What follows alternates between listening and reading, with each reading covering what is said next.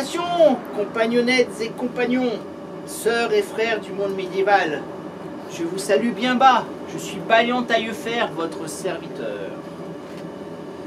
Alors Bohémond, on parle de quoi aujourd'hui? Aujourd'hui, on va parler de Boucicaut.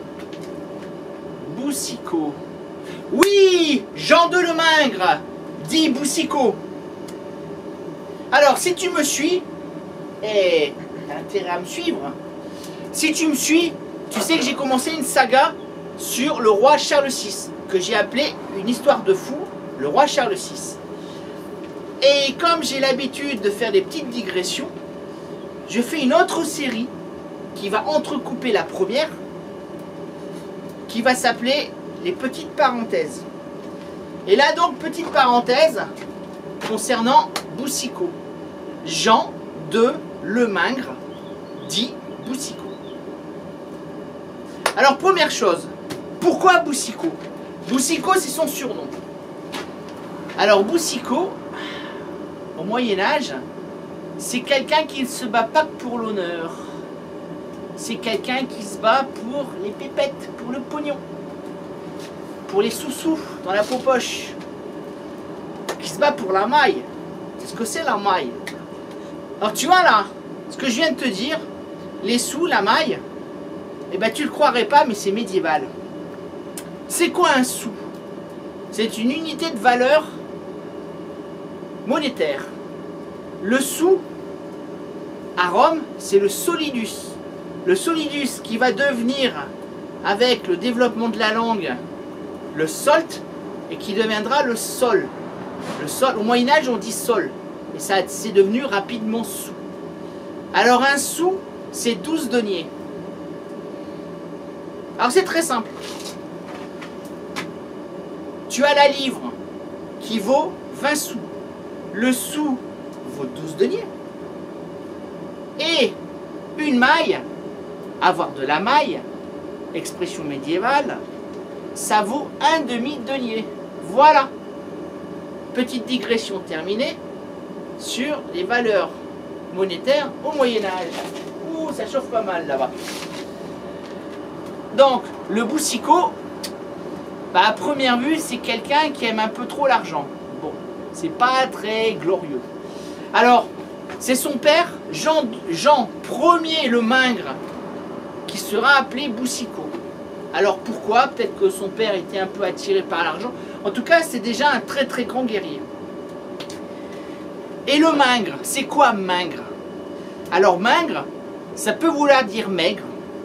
Alors ce que je peux te dire, c'est que Jean II, il n'était pas bien gros. C'était un gars musclé, sec, nerveux. Parce qu'il s'amusait à faire un truc pour épater ses petits camarades chevaliers. Bon, imagine, le gars, il porte une armure. Alors une armure, ça peut vouloir dire tout et n'importe quoi. Si tu es au XIIIe siècle, l'armure, c'est ce qu'on appelle la cotte de maille. Une armure de maille. Mais si on est donc là, à la fin du XIVe siècle, dans les années 1380-1390, c'est une armure de plate.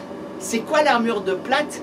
Une plate, c'est un carré d'acier d'à peu près 15 à 20 cm de côté et épais de 1 à 2 cm.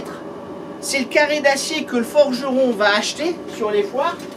Il va prendre sa pince, il va prendre sa plate et il va le chauffer au feu. Et quand il aura chauffé au feu, il va le battre. C'est ce qu'on appelle un batteur d'armure. Et donc avec ce carré de métal, on fabrique les plaques d'armure. Donc c'est l'armure entière, que plus tard on appellera le harnois blanc. Le harnois blanc, cette armure de plaques de métal, ça pèse environ entre 18 et 22 kg, suivant la stature du gars, du chevalier. Et Jean de Lemingre, lui, il avait un truc pour épater ses potes et les filles certainement. C'est qu'il demandait à son écuyer de bloquer son cheval de guerre, son destrier. Je te dirai plus tard pourquoi on appelle ça un destrier. On en reparlera plus tard. Donc il prenait son élan, il sautait sur une planche qui faisait un peu tremplin, et là il atterrissait, il arrivait à atterrir sur son cheval comme ça. Donc le gars, il devait pas être bien gros effectivement. Enfin le gars, un vrai guerrier, bien entraîné. Et le Mingre, ça peut aussi vouloir dire brave, parce que son père, on l'appelait Jean le Brave aussi. Donc son père a été fait maréchal du roi Charles V. Le père, c'est sous le règne de Charles V, il a été un des compagnons de Du Guesclin et de Clisson, on en reparlera aussi. Donc, notre Jean, il est né en 1364 à Tours. Alors, c'est de la petite noblesse, hein, c'est pas les grands seigneurs, c'est pas les grands féodaux. Mais petite noblesse, néanmoins, des gens extrêmement courageux, très fidèles à leur suzerain et à leur roi. Alors, Jean II va faire son apprentissage de chevalier, et très tôt, à même pas 15-16 ans, il va commencer à se battre avec son seigneur du côté de l'ouest. Il va commencer à se battre contre les Anglais. Parce que ça t'aura pas échappé, pardon, qu'au Moyen-Âge, enfin pas au Moyen-Âge, au XIVe siècle, depuis exactement 1340, on est en plein dans la guerre de 100 ans. Guerre de 100 ans qui a duré 115 ans, mais bon, c'est pas grave. Donc, dans les années 1380, on est en pleine guerre de 100 ans. Et il va commencer à faire ses premières armes entre la Normandie et les Charentes. Et puis, après avoir fait ses premières armes, il va connaître sa première grande bataille. Alors cette bataille, il va la faire avec le connétable de l'époque, qui s'appelle Olivier de Clisson. Après avoir fait ses premières armes, il va participer à une grande bataille de l'époque, la bataille de Rosbecq en Flandre. Les rois de France ont souvent été opposés aux Flamands. Bataille de Rosbecq du 27 novembre 1382. Alors cette bataille, l'Host royal, l'armée du roi, est dirigée par Olivier de Clisson, anciennement compagnon de Du Guesclin. Donc c'est le connétable, Olivier de Clisson. Il y a aussi Louis II de Bourbon, un grand féodal, qui est l'oncle du roi Charles VI. Le roi Charles VI y participe. Et ce qui est intéressant de voir, c'est que quels sont les âges des protagonistes. Alors, le connétable, Olivier de Clisson, il a 57 ans. Le roi Charles VI, lui, a 14 ans. Et notre héros, Boucicaut, a 18 ans. Donc ça te donne une idée de l'âge auquel les gens peuvent se battre au Moyen-Âge. Cette bataille, les Français vont la remporter contre les Flamands, ils vont les écraser. Et cette bataille est très importante parce qu'elle peut permettre de comprendre l'échec d'Azincourt. Mais on va y revenir plus en détail. C'est très important pour la suite. Le Boucicaut va se battre tellement bien durant cette bataille que le soir, il va être adoubé, il va être fait chevalier devant le jeune roi par Louis II de Bourbon. Donc c'est vraiment un privilège énorme pour un tout petit noble. Et Boucicaut ne va pas s'arrêter là. Il va avoir une vie aventureuse, c'est un vrai globe-trotter. Il va aller un petit peu partout. En 1384, il décide d'aller se battre avec les chevaliers teutoniques du côté de la Pologne et des pays baltes. Il va se battre contre les Prussiens et contre les Lituaniens qui sont des païens. Les chevaliers teutoniques, donc pour la plupart allemands, attiraient tous les jeunes chevaliers qui voulaient se faire un nom. À l'époque, c'était un peu le Saint Graal. Se battre avec les teutoniques, en revenir vivant et se couvrir de gloire, c'était énorme pour son entourage proche. Donc il va y rester plusieurs mois. Mais c'est pas fini. En 1385, il va accompagner le duc de Bourbon, Louis II, celui qui est adoubé et avec qui il devait avoir une très bonne relation. Il va l'accompagner en Espagne pour faire une guerre pour défendre le roi de Castille, qui s'appelle Jean, je ne sais plus combien, mais peu importe. Ensuite, en 1387, il va participer à un combat. Alors bon, c'est pas la prise de Jérusalem, hein. c'est un combat dans les Landes, une petite bastide tenue par les Anglais qui s'appelle Brassempouy. Brassempouy, c'est vraiment en France, hein. C'est voilà, c'est un peu un nom à la con. Bon, désolé, j'espère qu'il n'y a pas des gens de Brassempouy qui me regardent, c'est pas grave. Bon, enfin, bon, bref. Et une petite bastide, quelques centaines d'habitants, tenue par les Anglais, qui va être prise donc par les Français. Et là, il va se conduire, il va faire montre d'un courage et d'un héroïsme tel qu'il va se créer sa légende. Que ses camarades, les chevaliers, les soldats présents sur le terrain ne vont pas en revenir. Ils vont commencer vraiment à parler beaucoup de lui. Il est en train de se créer une légende de grand chevalier. Mais c'est pas fini. En 1388, il décide de passer par Venise, d'aller à Constantinople et d'aller se battre contre les musulmans en Terre Sainte. Alors ce qu'il faut comprendre, c'est que à l'époque, un chevalier est chrétien. Forcément, il ne peut pas être autre chose, il n'y a pas tellement le choix. Sinon, il finit sur le bûcher, tu vois. Donc, mais lui, c'est un chrétien assez fanatique quand même, hein. Il est très, très pieux. Et alors, forcément, à ce moment-là, quand on est un chevalier chrétien, on va se battre contre les païens de l'époque, soit du côté de la Pologne et de la Lituanie, soit du côté de la Terre Sainte. Et là, il va se lier d'amitié avec un seigneur d'Artois, et il va même l'accompagner au Caire en prison. Donc là, ils vont devenir très très amis. Il va se faire des relations comme ça, un petit peu à travers toute l'Europe. En 1390, il va retourner. En 1390, il va participer à un tournoi. Alors un tournoi, attention, c'est pas une joute, hein. La joute, c'est ce que tu vois au cinéma. C'est une palissade au milieu, deux chevaliers qui vont se toucher comme ça. Donc, un tournoi, c'est des batailles rangées sur un pré entre différents groupes de chevaliers. Donc là, joute au tournoi, bon, peu importe. En tout cas, ça se fait à Saint-Inglevert, près de Calais. Et là, il va se battre, il est avec 2 ou 3 camarades. Et ils vont défier tous les chevaliers qui veulent bien briser des lances avec eux. En l'occurrence, ils vont participer à plus d'une trentaine de combats. Et ils ne seront jamais désarçonnés. Ils vont se battre contre des chevaliers anglais, des chevaliers flamands, des chevaliers de Bohême, des chevaliers du Hainaut. Et là aussi, forcément, sa légende continue à croître. En 1391, il retourne voir les chevaliers teutoniques. Et là, il va se lier d'amitié avec le grand maître de l'ordre, Konrad von Wallenrode.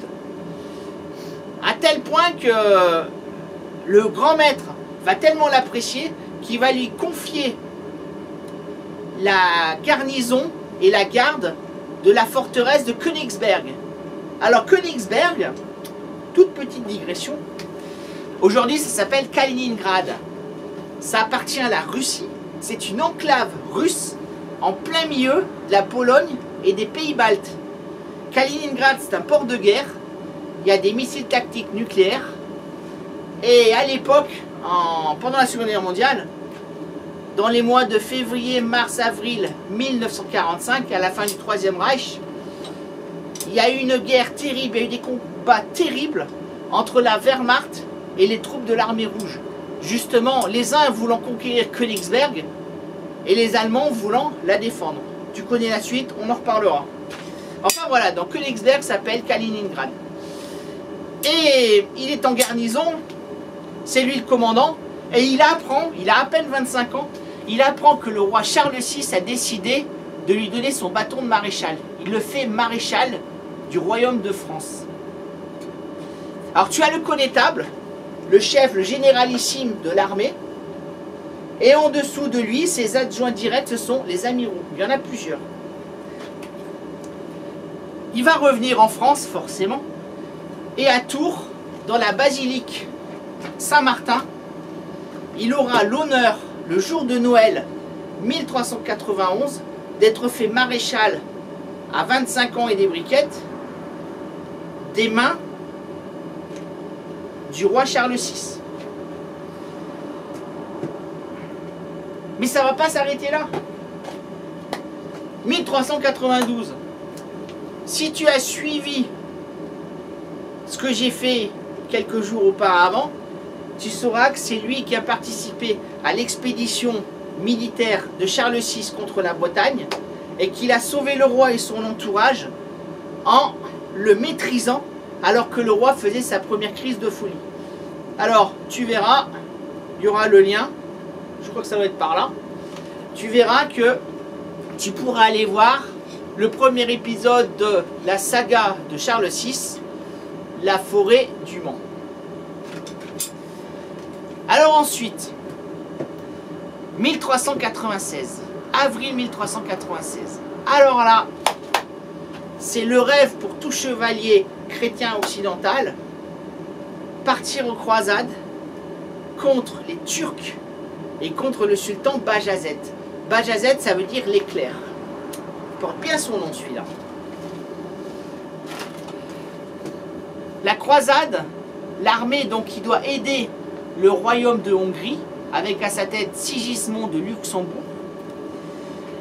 Donc, vont aller en Hongrie pour essayer de desserrer l'étau que les troupes ottomanes sont en train de maintenir sur la Hongrie et ensuite sur Constantinople. Et ce qui reste, le peu qu'il reste de l'Empire byzantin. Et cette croisade, alors là, c'est extraordinaire. Il n'y a que du beau monde. C'est formidable. Le chef, c'est Jean de Nevers, le futur duc de Bourgogne. Il va tellement bien se battre à la bataille de Nicopolis, dont je vais parler dans une petite seconde, qu'il va trouver là, on va lui donner son surnom de Jean sans peur. Mais il y a aussi le seigneur de Coucy, Enguerrand VII. Coucy, c'est un des plus beaux châteaux du royaume de France, avec un donjon qui domine largement celui de la forteresse royale du Louvre. Le Louvre, le donjon fait 33 mètres de hauteur pour 15 mètres de diamètre. Le donjon du château de Coucy, c'est 55 mètres de hauteur pour plus de 35 mètres de diamètre. Ça te donne une petite idée. Donc seigneur très puissant. Il y a aussi Jean de Vienne. Il y a aussi Guy de la Trémoille.